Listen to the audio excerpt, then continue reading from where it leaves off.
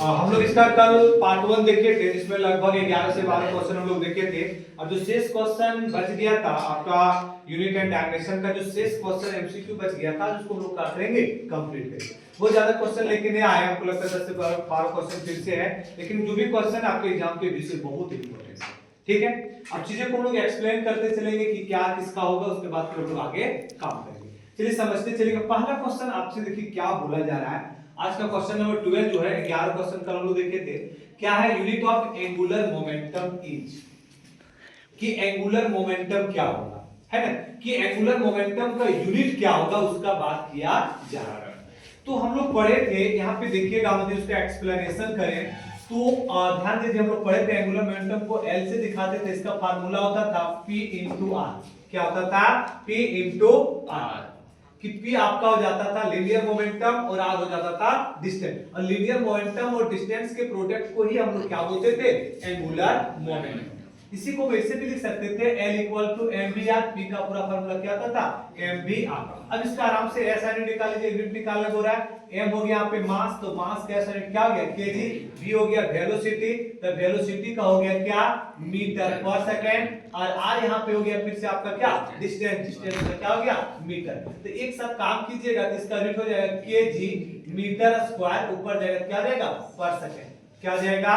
kg metre square per second. याद रखिएगा ये फार्मूला भी लीनियर मोमेंटम का, याद रखिएगा क्या होता है? क्या होता है? Angular momentum into distance. क्या होता है? एंगुलर, मतलब एंगुलर मोमेंटम का फार्मूला होता है लीनियर मोमेंटम इनटू डिस्टेंस। तो सिंपल याद रखिएगा, एमवीआर, मास वेलोसिटी इनटू डिस्टेंस। तो इसका ऐसा यूनिट क्या आया? kg metre square per second. अब इसका डायमेंशन आपसे पूछा जाता था, यहां डायमेंशन भी निकाल सकते थे। kg के बदले m लेंगे, मीटर के बदले l, बाकी स्क्वायर, और सेकंड के बदले t के पावर -1। तो इसका डायमेंशन हो जाता है क्या? m l स्क्वायर t के पावर -1। अब क्वेश्चन बोल रहा है कि यूनिट ऑफ एंगुलर मोमेंटम, मतलब ऐसा यूनिट एंगुलर मोमेंटम का क्या होगा? क्या देगा? kg metre square per second. देखिए चार ऑप्शन में कहां नजर आपको आ रहा है? तो ऑप्शन नंबर सेकंड क्या देगा? kg metre square per second. समझे बात को? क्या हो जाएगा? kg metre square per second. Next question है कि which dimension formula of pressure is, कि ये निम्नलिखित में कौन सा डायमेंशन फार्मूला जो है वो किसका है? प्रेशर का। चलिए देखिएगा, तो प्रेशर की बात करेंगे। प्रेशर का पहले फार्मूला हम लोग पढ़े कि प्रेशर इक्वल टू होता था फोर्स अपॉन एरिया। क्या आता था? Pressure equal to force upon area. Dimension formula पूछ रहा है, तो फोर्स का डायमेंशन फार्मूला होता था m, क्या होता था? m l t के पावर -2, और एरिया का होता था m का स्क्वायर। इससे कैंसिल हो जाएगा, ये ऊपर जाएगा, m के पावर -1 l और t के पावर क्या जाएगा? -2। तो इसका डायमेंशन फार्मूला क्या जाएगा? m के पावर -1 l और t के पावर -2। हाइट टाइप पे देखिए, m के पावर -1 l और t के पावर क्या है? -2। कहीं नजर आ रहा है? Yes sir. कहां पे? फर्स्ट। फर्स्ट सही है? Yes sir. कहां सही है? ये है m के पावर, सही है। ठीक है, m के पावर कुछ नहीं है, l के पावर -1 और t के पावर -2। तो आपका ऑप्शन नंबर क्या आ जाएगा? 1 हो जाएगा। कोई दिक्कत इसमें नहीं होना चाहिए। उसके बाद है which physical quantities has dimension, कि कौन सा फिजिकल क्वांटिटी का ये डायमेंशन है। हमको लगता है अभी हम लोग जो निकाले और ये में दोनों हमको कुछ अंतर नजर नहीं आ रहा है। याद हो क्या है? कि ये दोनों में आपको कुछ अंतर नजर आ रहा है? आंसर कोई नहीं है। क्वेश्चन है विच फिजिकल क्वांटिटीज है डायमेंशन m l के पावर -1 t के पावर -2। तो आपको लग रहा है ये जो निकाले ये तो सेम है। ये किसका निकाले थे? प्रेशर का। हमको लग रहा है ये भी किसका होगा? प्रेशर। ये भी किसका होगा? प्रेशर का। तो ये किसका जाएगा? प्रेशर। हालांकि हम लोग देखते हैं सबका निकाल देते हैं कि वर्क का डायमेंशन फार्मूला, वर्क का फार्मूला क्या होता था? वर्क का फार्मूला W बराबर क्या होता था? Fs cos into displacement. क्या होता था?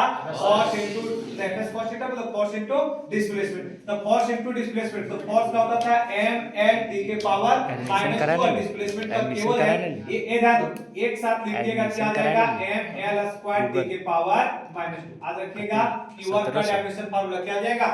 m l स्क्वायर t के पावर -2। पावर, पावर का फार्मूला क्या होता था? Work done by time. ध्यान दो, पावर का फार्मूला होता था वर्क डन बाय टाइम। क्या होता था? Work done by time. तो वर्क डन का डायमेंशन क्या आ जाएगा? m l स्क्वायर t के पावर -2 और टाइम का ओनली फोर क्या आ जाएगा? t।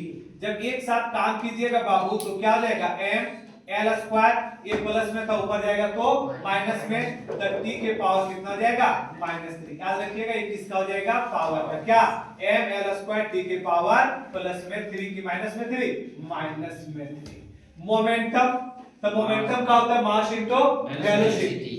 तो मास इनटू वेलोसिटी, मास का हो गया मीटर और वेलोसिटी, मास का हो जाएगा m डायमेंशन में, और वेलोसिटी का होता है क्या? मीटर पर सेकंड। तो मीटर मतलब n पर सेकंड, मतलब ऊपर जाएगा तो क्या जाएगा? t के पावर -1। क्या जाएगा? ml t के पावर -1। प्रेशर का भी हम लोग निकाले थे, क्या था? m l के पावर -1 l के पावर -2। देखिए ऑप्शन में ये दे रहा था, आपका रिजल्ट क्या आ जाएगा? प्रेशर। क्या आ जाएगा? प्रेशर। अब नेक्स्ट क्वेश्चन है कि which of the following quantity has the same dimension of impulse? Same dimension of impulse. तो अब ऐसा है कि ना हमको पहले इंपल्स का डायमेंशन फार्मूला निकालना पड़ेगा, फिर ये चारों को निकाल के देखेंगे जिससे उसका मैच करेगा वही ना सेम होगा। तो देखिए हम इंपल्स का निकाल रहे हैं। इंपल्स का डायमेंशन फार्मूला होता था applied force into time interval. क्या फार्मूला इसका होता था? सिंपल याद रखिएगा, फोर्स इनटू टाइम इंटरवल। क्या होता था? Force into time interval. यदि डायरेक्ट डायमेंशन निकालें तो फोर्स का m l t के पावर -2 और टाइम का ओनली फोर क्या आ जाएगा? t। तो एक साथ काम कीजिएगा, क्या आ जाएगा? m l t के पावर क्या आ जाएगा? m l t के पावर कितना आ जाएगा? -1। कितना आ जाएगा? m l t के पावर -1। देखिए अभी अब पहला हम लोग क्या, पहला किसका निकालना है? फोर्स का। तो फोर्स का डायमेंशन लोग जानते हैं, क्या आता है? m l t के पावर -2 होता है। अभी कुछ देर पहले मोमेंटम का हम कहीं निकाले थे, निकाले। देखिए मोमेंटम का भी लोग डायमेंशन निकाले थे, क्या होता था? m l t के पावर -1। वर्क का भी निकाले थे, क्या होता है? देखिए यहाँ पे m l स्क्वायर t के पावर -2। अब पावर का भी निकाले थे, क्या था? m l स्क्वायर t के पावर -3। तो कौन से मैच कर रहा है? डायमेंशन फार्मूला इंपल्स का क्या आया? m l t के पावर -1। और देखिए इंपल्स का मोमेंटम का भी क्या आया? m l t के पावर -1। इसका मतलब इंपल्स का डायमेंशन फार्मूला और मोमेंटम का डायमेंशन फार्मूला दोनों क्या होगा? सेम होगा। समझे बात? तो समझ में आया बात? वैसे नहीं देखिएगा, निकाल के देखिएगा, जो जिसका होगा वही आपका क्या होगा? रिजल्ट। वैसे नहीं रख लीजिएगा। चलिए next question, the dimension formula of kinetic energy share. देखिए चीजें समझिएगा। एनर्जी मतलब काइनेटिक एनर्जी रे, पोटेंशियल एनर्जी रे, हीट एनर्जी रे, जो भी एनर्जी रे, जो एनर्जी का डायमेंशन होगा वो सभी का डायमेंशन वही होगा, चाहे वो काइनेटिक रे, पोटेंशियल रे, हीट रे, कोई भी एनर्जी रे। ठीक है? तो एनर्जी का डायमेंशन जो पावर का, जो डायमेंशन पावर का होता है वो एनर्जी का होता है। क्योंकि हम लोग पढ़े थे कि E बराबर क्या होता है? W होता है।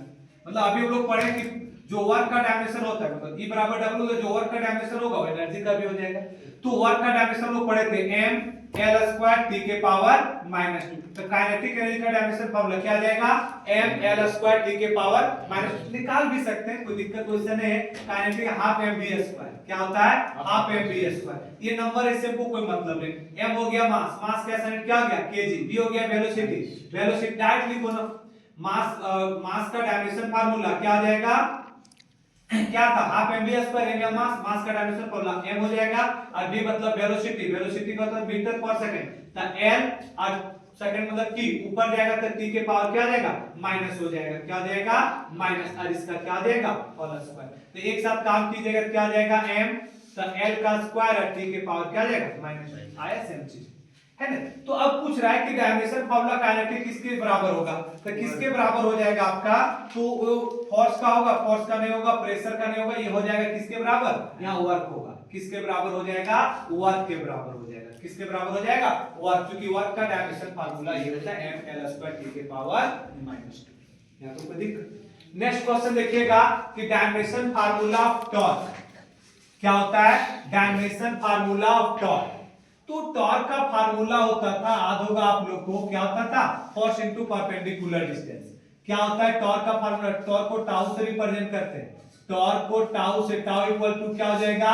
Force into perpendicular distance. तो डायरेक्ट निकाल लीजिए ना। फोर्स का होता है डायमेंशन m l t के पावर क्या होता है -2 और डिस्टेंस है, डिस्टेंस मतलब क्या हो गया मीटर, तो इसका हो जाएगा m और मीटर का हम लोग l से दिखाएंगे तो क्या आ जाएगा l करेंगे l का स्क्वायर और t के पावर क्या आ जाएगा -2, तो इसका डायमेंशन फॉर्मूला क्या आ जाएगा m l स्क्वायर t के पावर -2, टॉर्क का डायमेंशन फॉर्मूला बोलिए क्या आ जाएगा m l स्क्वायर t के पावर मतलब जो भी वर्क का डायमेंशन आया था, जो एनर्जी का आया था वो टॉर्क की भी आ जा रहा है, तो क्या आ जाएगा m, देखिए m l स्क्वायर t के पावर -2, ऑप्शन नंबर क्या आ जाएगा बी हो जाएगा।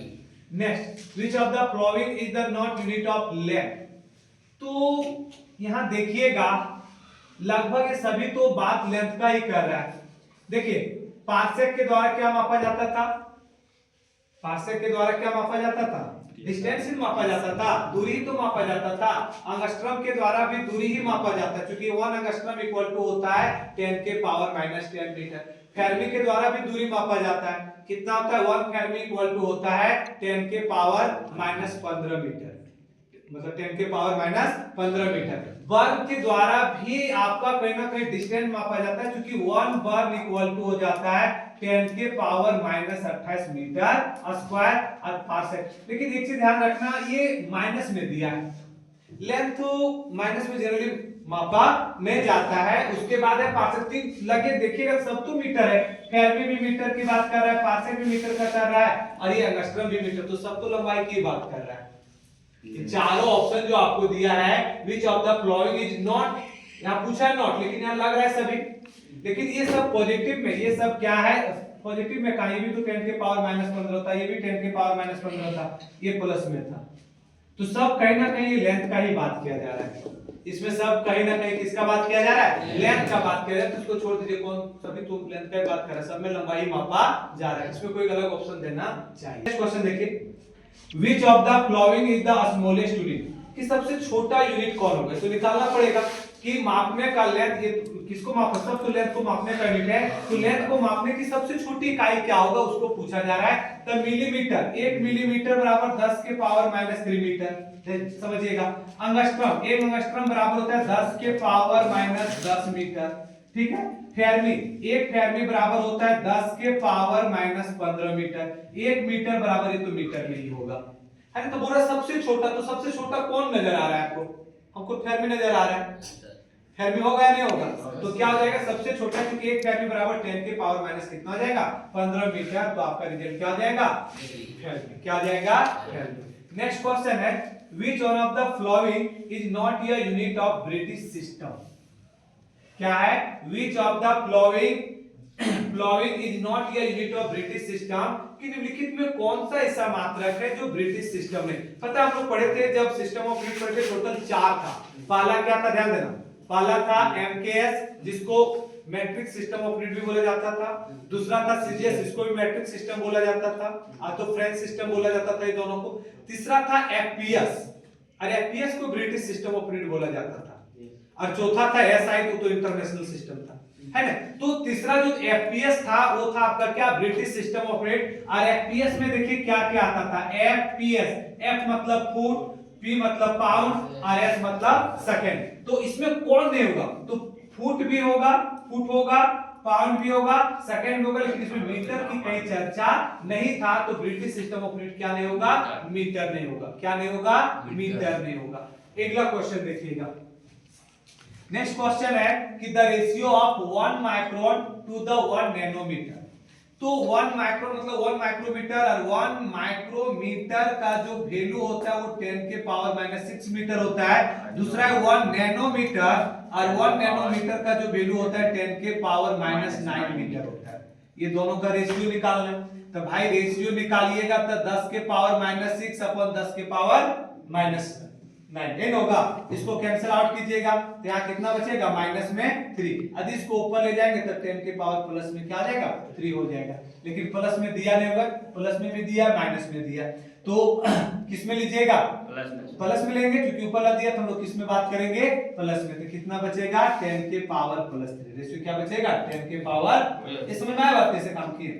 चलिए आगे देखिए, which of the following conservation is incorrect, तो ये जो कंजर्वेशन किया गया, चेंज जो किया गया, इसमें कौन सा इनकरेक्ट है, कौन सा सही नहीं है। तो देखिएगा 1 क्यूरी, तो 1 क्यूरी इक्वल टू होता है, ध्यान दीजिए सब देखिए, याद रखिएगा, काम देगा डायरेक्ट। तो 1 क्यूरी इक्वल टू होता है 3.7 into 10 के पावर 10 पर सेकंड, याद रहेगा हो। 1 क्यूरी इक्वल टू कितना हो जाएगा, 3.7 into 10 के पावर 10 पर सेकंड। उसके बाद दिया है बर, और एक बर इक्वल टू होता है, लिख दे रहे कितना होता है, 10 के पावर माइनस 28 मीटर स्क्वायर। उसके बाद तीसरा है क्विंटल, और एक क्विंटल इक्वल टू कितना होता है, तो आसान है 100 केजी, मतलब 10 के पावर 2 केजी। तीसरा और चौथा लास्ट दिया है क्या, लीटर, और लीटर मतलब भी आपका 1 लीटर कितना हो जाता है, तो 1 लीटर जो होता है वो भी होता है कितना, 10 के पावर माइनस 3 पर मीटर क्यूब, 10 के पावर माइनस 3 मीटर। अब ये देखिए है, अब बोला इसमें कौन सा गलत है, जो चेंजेस किया गया, कंजर्वेशन जो किया गया है, उसमें कौन सा इनकरेक्ट है, कौन सा गलत है। तो हमने पढ़ा कि 1 क्यूरी इक्वल टू कितना होता है, 3.7 into 10 के पावर 10 पर सेकंड, तो ये तो सही लग रहा है। फिर हमने पढ़ा कि 1 इक्वल टू कितना होता है, 10 के पावर माइनस 28 मीटर स्क्वायर, तो ये क्या सही लग रहा है, या 25 दिया, मतलब हमको लगता है यही गलत है। उसके आगे भी देखिए, 1 क्विंटल बराबर 100 केजी दिया, हमने 100 केजी दिया, 1 लीटर बराबर 10 के पावर माइनस 3 मीटर क्यूब, ये भी दिया हुआ, तो आपका गलत कौन हो जाएगा, तो 1 इक्वल टू होता है 10 के पावर माइनस 28 मीटर स्क्वायर, लेकिन वहां दिया कितना, माइनस 25, तो दिक्कत। लास्ट क्वेश्चन दिया, या डायमेंशन लेस क्वांटिटी, बोलते हैं कि जो डायमेंशन लेस क्वांटिटी होगा, नेवर हैज यूनिट, क्या उसका कभी ऐसा यूनिट नहीं होगा, बोलता है ऑलवेज हैज यूनिट, कि हमेशा उसका यूनिट होगा, में हैव यूनिट, कि उसका यूनिट हो सकता है, डज नॉट एग्जिस्ट, ऐसा होता नहीं है। तो देखिएगा हम लोग एक टर्म पढ़ते हैं एंगल, तो एंगल कैसा भी रेडियल होता था, लेकिन वो डायमेंशन लेस होता था, लेकिन वो क्या होता था, डायमेंशन लेस। इसका मतलब नेवर, मतलब हो सकता है, ये तो गलत हो रहा है, नेवर तो नहीं होगा, मतलब कभी नहीं होगा, तो हो ही नहीं सकता, किसी केस में होता भी है।